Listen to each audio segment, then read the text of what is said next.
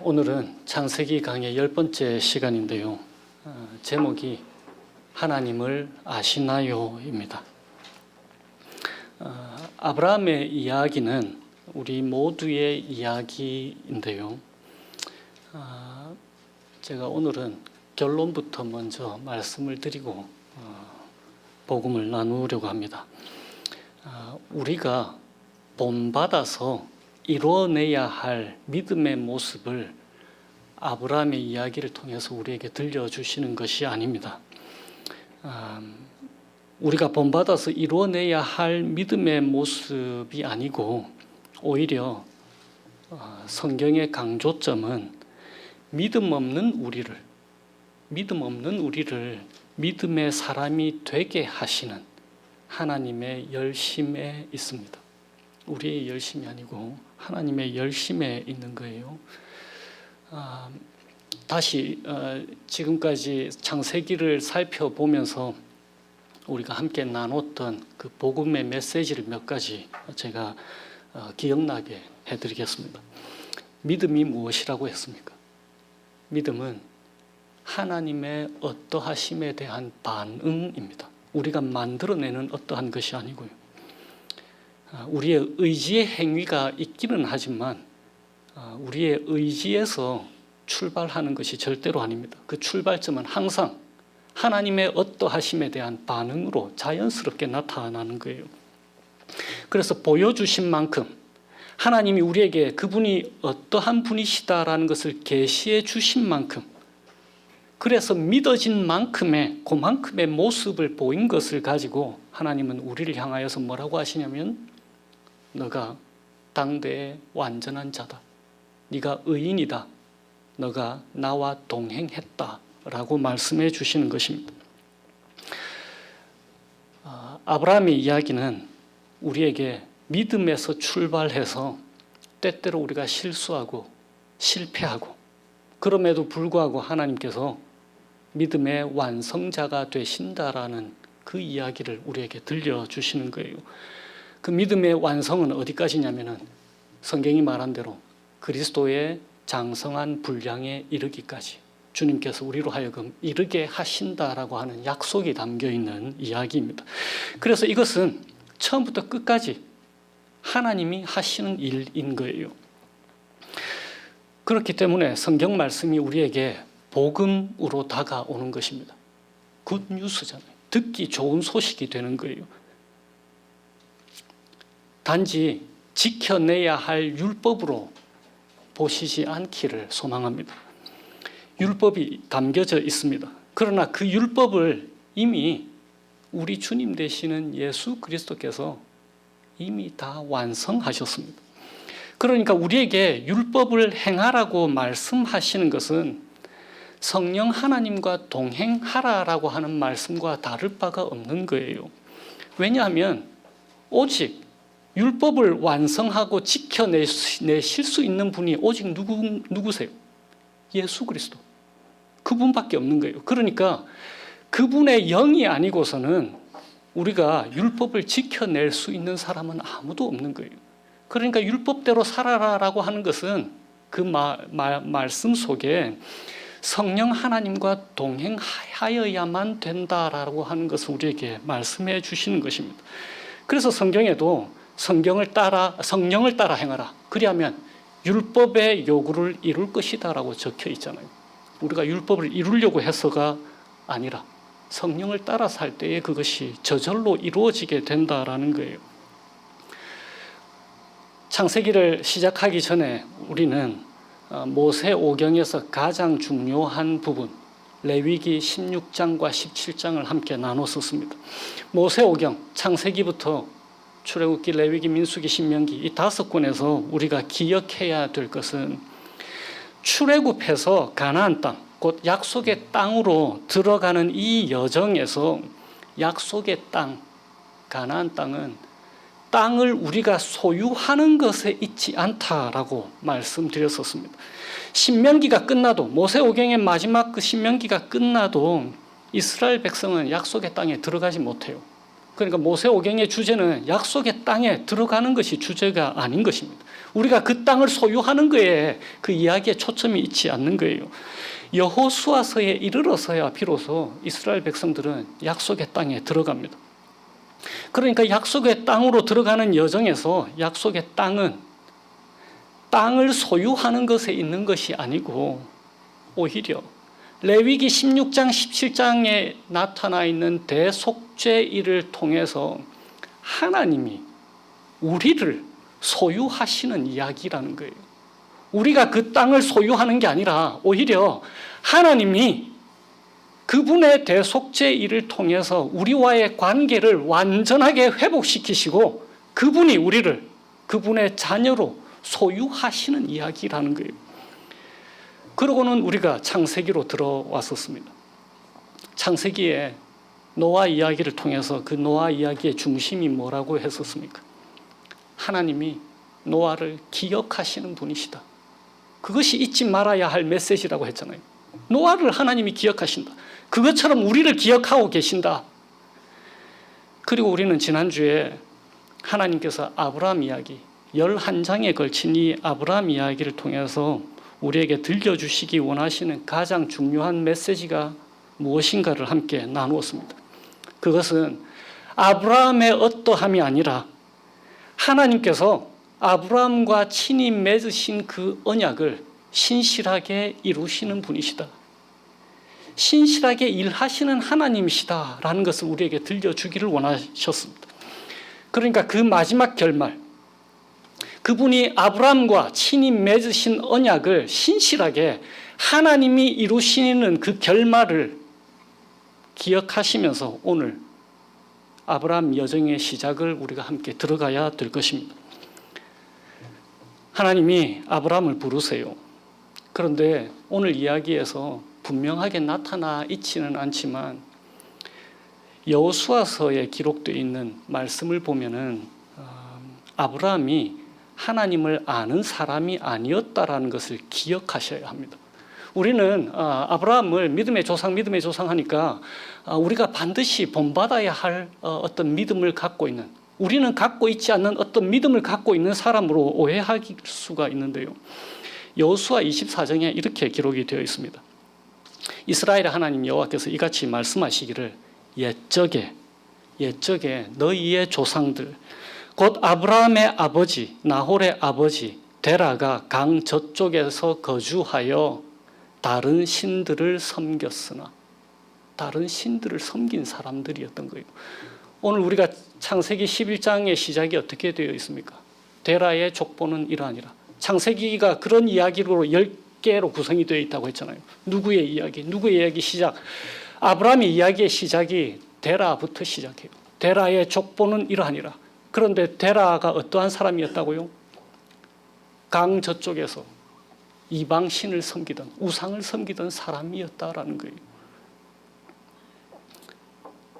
그러니까 아브라함이 하나님을 아는 사람이 아니었다라는 것을 기억하셔야 합니다. 우상을 섬기던 사람이었던 거예요. 저는 중학교 때 처음 교회를 나갔어요. 어머니가 교회 가서 놀아라 해서. 그래서 저는 교회가 노는 곳이다. 그래서 놀러 갔었단 말이에요. 어릴 때 아무도 제게 하나님에 대해서, 예수 그리스도에 대해서 말해 준 사람이 없었어요. 그러니까는 하나님에 대해서 알 수가 없겠죠. 예수님에 대해서도 알 수가 없고 아브라함도 마찬가지인 거예요. 그가 들어서 알고 있는 신들이라고는 자기 가족이 섬기던 우상들밖에 없는 거예요. 가짜 신들. 그 당시에는 모두 지역 신들을 섬기고 있었습니다. 다신론 혹은 범신론, 여러 신들. 힌두교에 어제 제가 조사를 해보니까 힌두교의 신이 몇 명인지 아세요? 3억 3천만. 당시에는 모든 사람들이 지역 신들 섬기고 가족 신들 섬기고 있었던 거예요. 아브라함 역시 그런 사람이었다는 거예요. 그러니까 무엇을 기도했을까요? 아브라함이 그 당시에 자기 집에서 우상을 섬기면서 무슨 기도를 했을 것 같아요? 오늘 11장 30절에 뭐라고 되어 있습니까? 사레는 임신하지 못함으로 자식이 없었더라. 고대 세계에서 자식이 없었다 하면은 그거는 정말로 재앙이잖아요.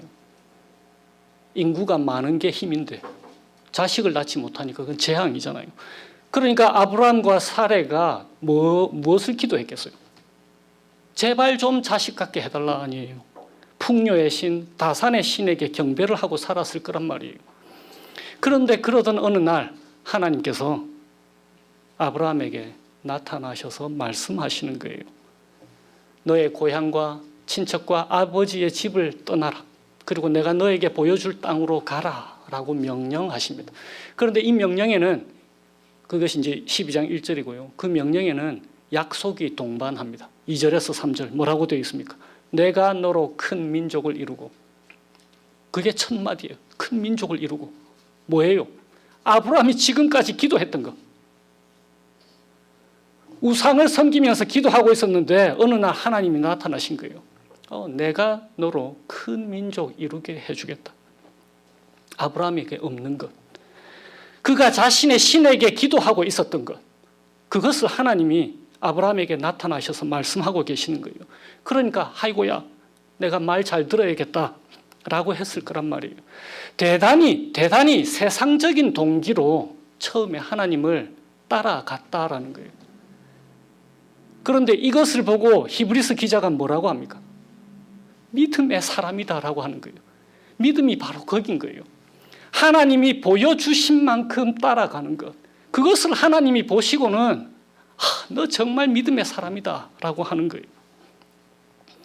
그런데 이제 처음 아브라함이 하나님을 만났으니까 하나님이 여기서 지금 복을 약속하셨는데 아브라함이 생각했던 복하고 같았을까요? 많이 달랐겠죠. 아브라함이 생각하는 복하고 하나님이 지금 주시겠다고 하는 하나님이 생각하시는 복하고는 너무 많이 차이가 있었을 거예요.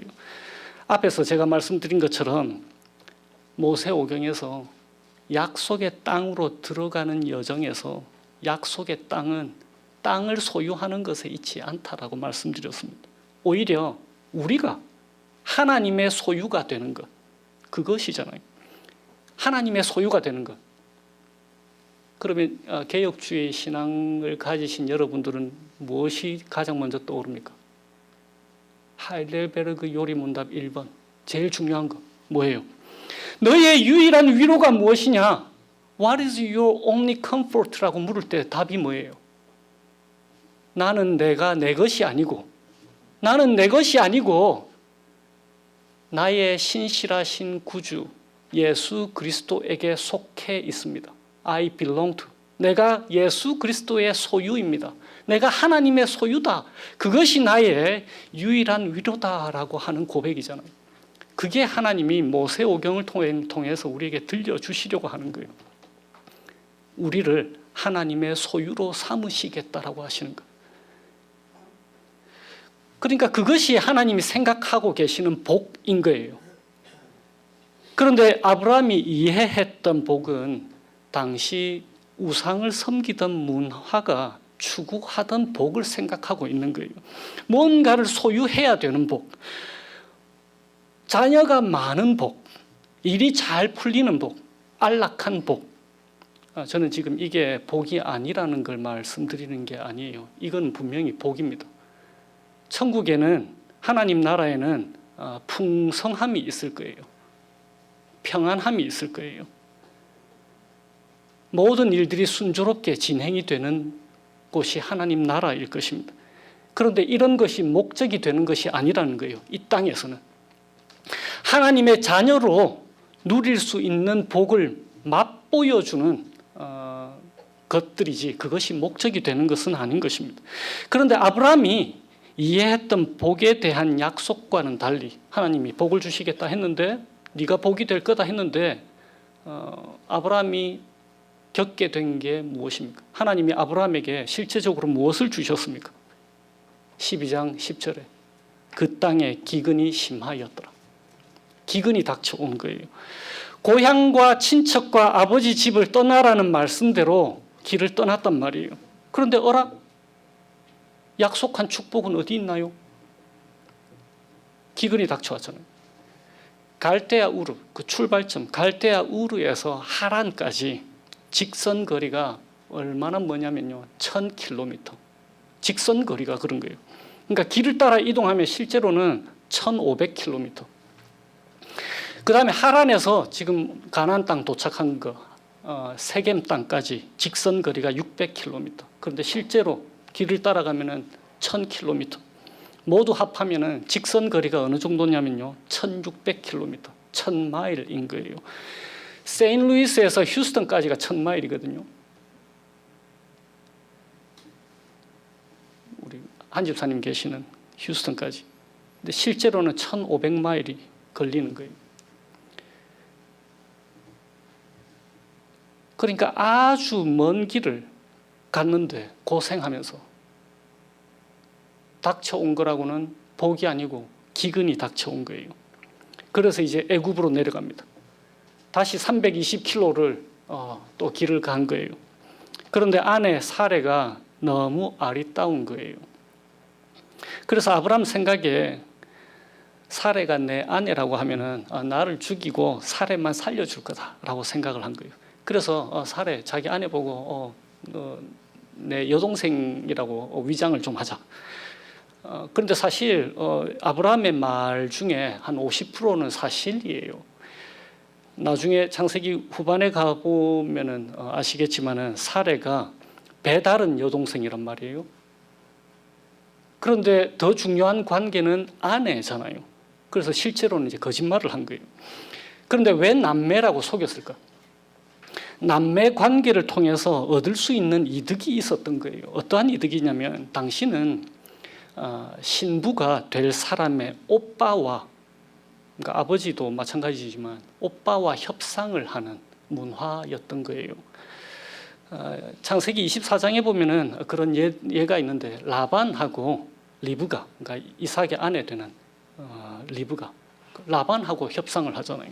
그리고 창세기 34장에 보면은 야곱의 딸 디나가 그 세겜 땅의 하몰의 아들 세겜, 그러니까 세겜 땅의 하몰의 아들 세겜이 야곱의 딸 디나를 사랑해서 나쁜 짓을 하잖아요. 그때에 야곱의 아들들하고 협상을 하잖아요. 결혼에 대해서. 그러니까 오빠 남매 관계를 통해서 아브라함은 청혼하는 사람의 그 청혼을 수락할지 거절할지 결정하는 권리를 갖고 있었던 거예요. 그러니까 그 시간 동안, 그러니까 협상하고 된다 안 된다, 무엇을 요구한다 이러는 시간 동안 충분히 시간을 벌 수가 있었던 거예요. 그래서 기근을 피하는 동안에 결혼 협상을 하고 그래서 애굽을 탈출할 수 있을 것이다. 다시 가나안 땅으로 돌아갈 수 있다라고 하는 생각을 하고 있었던 거예요. 그런데 아브라함의 예상과는 달리 애굽 땅의 왕인 바로가 사레를 아내로 삼으려고 하는 거예요. 아브라함은 세상 물정에 밝은 사람이었습니다. 그래서 그의 예상대로 애굽 땅 사람들이 사레를 칭찬하고 바로에게 소개해주고 이렇게 해요. 그런데 예상치 못한 것은 애굽의 왕이 자신의 아내를 아내로 삼으려고 하는 거예요. 자신은 안전하게 되었습니다. 바로가 잘 대해주니까. 바로가 아브라함에게 양과 소와 남녀 종들, 나귀들, 낙타들까지 아브라함에게 주는 거예요. 그런데 아브라함의 계획에 차질이 생깁니다. 애굽의 왕과 대립을 해야 되는 거예요. 근데 그럴 수가 없잖아요. 힘이 없으니까. 이런 상황을 보고 있으면은 아브라함이 어떻게 저렇게 했지? 믿음의 사람인데 그렇지 않은 거예요. 아브라함은 지금 하나님을 처음 만난 사람입니다. 그런 상황에서 이러한 행동을 하는 것은 사실 당연한 거예요. 하나님이 약속하신 축복을 자신이 이해한 방식으로 얻어내려고 하는 그 모습이 바로 우리들의 모습이잖아요. 하나님께서 내가 잔꾀를 부려도 나의 잔꾀조차도 하나님께서 도우실 거라고 생각하는 거예요. 그것이 이방의 우상을 섬기던 버릇이 나타나는 거잖아요. 처음에 하나님을 따를 때에 세상적인 동기로 아브라함이 출발을 했습니다. 물질적인 부요함을 추구했을 것이고 자신의 가족이 숫자적으로 부요한 것을 추구했을 것이고 그리고 그것이 가져다주는 안전을 갈망했을 거예요. 그런데 그럼에도 하나님이 그런 아브라함을 위해서 무슨 일을 하고 계십니까? 하나님은 아브라함의 실수와 잘못을 책망하지 않으세요. 오히려 친히 아브라함을 그 공경에서부터 벗어나게 해주십니다. 17절에 한번 보세요. 17절에 바로와 그 집에 큰 재앙을 내리십니다. 그런데 바로가 누구입니까? 애굽의 왕이잖아요. 아브라함이 처음에 거짓말한 이유가 무엇이었습니까? 잔꾀를 부린 이유가 무엇이었습니까? 12절에 애굽 사람이 그대를 볼 때에 이르기를 이는 그의 아내라 하여 나는 죽이고 그대는 살리리라. 그러니까 아브라함은 애굽 사람을 두려워하고 있었던 거예요. 이집트, 애굽은 당시에 뛰어난 문명과 풍요를 자랑하던 강대국이었잖아요. 그런데 아브라함이 두려워하는 그 애굽 사람들의 왕인 바로가 하나님 앞에서 꼼짝하지 못하는 거예요. 하나님을 지역신이나 가족신, 자신을 후원해주는 개인적인 신으로 생각을 했었는데 하나님이 그런 분이 아니시구나라는 것을 알게 되는 거예요. 하나님이 얼마나 크신 분이신가를 바로 왕을 제압하시면서 하나님이 아브라함에게 보여주시는 거예요.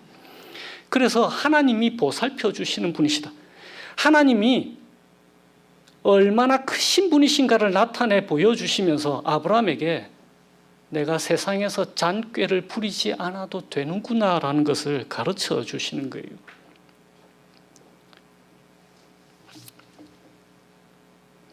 처음에 아브라함은 자기가 생각했던 복, 물질의 풍요함, 가족의 풍성함 이런 것들을 생각하고 있었을 거예요. 그런데 이런 것들을 하나님께서 변화시켜 주시는 것입니다. 하나님은 그런 아브라함을 변화시키고 계시는 거예요. 어떻게? 물질의 풍요로움 대신에 하나님의 부요하심, 하나님으로 충분하다라는 것을 가르쳐 주는 거예요.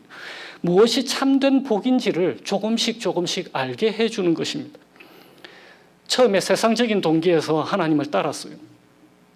그런데 이제 따르고 보니까 하나님이 언제나 자신의 삶에서 일하고 계시는 것을 보여주시는 것입니다. 그래서 종국에 그를 변화시키셔서 믿음의 조상, 모든 믿는 자들의 조상이 되게 해주시는 하나님이신 것을 보여주시는 것입니다.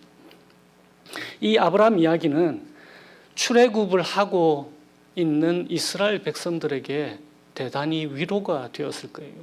이스라엘 백성들이 출애굽하면서 이 이야기를 모세를 통하여서 들었을 것입니다. 왜 그들에게 이 이야기가 위로가 되었을까요? 그것은 바로 아브라함과 이 바로의 이야기가 바로 자신들의 이야기이기 때문인 거예요. 왜냐하면 아브라함과 사레가 지금 바로 앞에 섰잖아요. 그것처럼 출애굽할 때에 모세와 아론이 바로 앞에 섰었습니다. 사레가 바로에게 잡혀 있었던 것처럼 이스라엘 백성들이 바로에게 노예로 잡혀 있었잖아요. 그런데 하나님이 큰 재앙을 바로와 그 집에 내리셨습니다. 아브라함과 사레를 구출하려고. 마찬가지로 출애굽 때 하나님이 10가지 재앙으로 바로와 애굽 사람들을 치셨잖아요. 바로가 아브라함과 사레에게 많은 소유를 주면서 애굽 땅에서 나가라 라고 오늘 본문이 얘기하고 있습니다. 마찬가지로 바로가 출애굽 전에 이스라엘 백성들에게 그렇게 해서 내보냈잖아요. 그리고 이 모든 것은 하나님이 하신 일입니다. 하나님이 아브라함과 사레를 구출해 내신 것과 마찬가지로 하나님이 지금 출애굽 여정 중인 이스라엘 백성을 바로의 손에서 구출해 내셨습니다. 그렇기 때문에 이 아브라함의 이야기는 우리에게도 동일하게 위로가 되는 거예요. 어떤 의미에서 그렇습니까? 우리 하나님은 이런 우리도 변화시키시는 분이시라는 거예요. 우리 역시 하나님을 알지 못하던 자들이었습니다. 에베소서 2장에 이렇게 기록이 되어 있습니다. 그때 너희는 그리스도 밖에 있었고 약속의 언약들에 대해서는 외인이었다. 바깥 사람이었다. 세상에서 소망이 없고 하나님도 없던 자들이었다. 그런데 그리스도의 피로 말미암아서 하나님 아버지께 나아감을 얻게 되었다라고 에베소서 기자인 사도 바울이 얘기하는 거예요. 우리 역시 바로 같은 세상의 권세를 지닌 그 사탄의 지배를 받던 사람들이었습니다. 그런데 그리스도 예수의 피로 우리가 거기에서 구출받은 거예요. 아브라함이 겪었던 것처럼 우리의 삶에 때때로 기근이 닥칠 수가 있습니다. 우리 삶이 누군가에 의해서 혹은 무엇인가에 의해서 위협당할 수가 있습니다. 경제 때문에 혹은 안보 때문에 말이에요. 우리가 잔꾀를 부리는 삶의 영역은 어디에 있습니까? 하나님을 전심으로 의지하지 못하고 안절부절하는 그런 삶의 분야는 어디에 있습니까? 하나님은 아브라함의 이야기를 우리에게 들려주시면서 이렇게 말씀하시는 거예요. 나한테 그 문제를 가지고 오라고 말입니다. 미국 경제, 코비드-19, 노후, 건강, 자녀, 무엇을 두려워하고 있냐는 거예요. 하나님이 이 모든 것보다 더 크신 분이시다라는 것을 아브라함의 이야기를 통해서 우리에게 들려주시는 것입니다. 우리의 실수와 잘못에도 하나님께서는 아브라함에게 하셨던 것처럼 자비로우신 분이세요. 하나님의 영, 그리스도의 영이신 성령을 주셔서 우리를 감동케 하시고 우리에게 소원을 주고 행하시는 분이십니다. 우리는 때때로 하나님께 이렇게 항변할 거예요. 하나님, 저의 자녀 문제는 하나님도 어쩌지 못하시겠죠. 저의 건강 문제는 하나님도 어떻게 하시지 못하시겠죠. 제가 잔꾀라도 부려야 하나요? 하나님을 믿는다라고 하는 것은 아무것도 하지 말라는 게 아닙니다. 하나님께 맡긴다라고 하는 것은 아무것도 하지 않는 것이 아니에요. 무언가를 해야 할 때, 오히려 무언가를 해야 할 때에 하나님의 방법으로 하는 것입니다. 세상 사람들이 사용하는 술책, 거짓, 편법, 잔꾀 사용하지 말고 하나님의 방법대로 하는 거예요. 우리의 실수에도 하나님은 우리를 책망하시려고 하시는 게 아닙니다. 우리가 하나님을 오히려 바로 알게 되기를 소원하시는 거예요.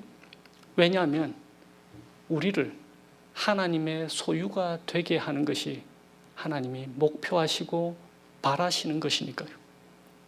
그래서 우리로 하여금 그렇게 고백하게 하도록 하시는 것이 하나님이 원하시는 것입니다. 하나님 한 분으로 충분하다라고 하는 것 말이에요.